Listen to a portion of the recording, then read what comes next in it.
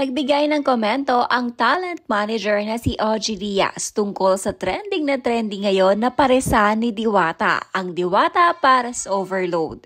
Sa bagong episode ni OG ay binahagi nito na umunoy hindi umayon sa panlasa ng kanyang kaibigan ang pares ni Diwata. Ayon sa kaibigan ni OG, mas masarap pa umano ang paresan sa tapat ng Diwata Pares Overload ni Diwata. Matapos nito, sinabi ni OG na masaya umano siya sa tagumpay na meron ngayon si Diwata dahil may umaasenso na naman na LGBT. Payo pa ni OG Diaz, sana umano mas lalo pang sarapan ni Diwata ang pagkakaluto nito ng kanyang paresan dahil para nang sa ganon ay mas lalo pang tangkilikin ito ng masa.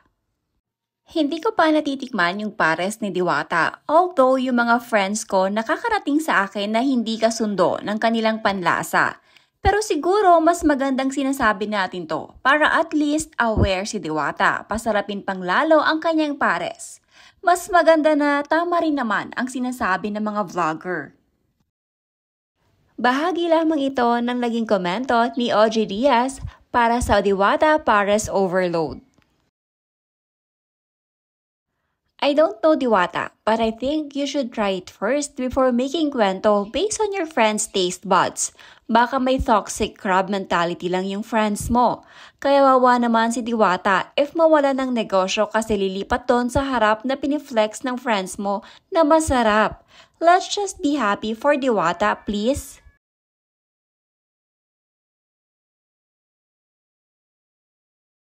Tinatangkilik ang Diwata Overload dahil pangmasa ang kainan nila at dami niya din nabibigyan ng work. God bless you more, Diwata. Tama din si Mama OG, kung masarap, mas pasarapin pa.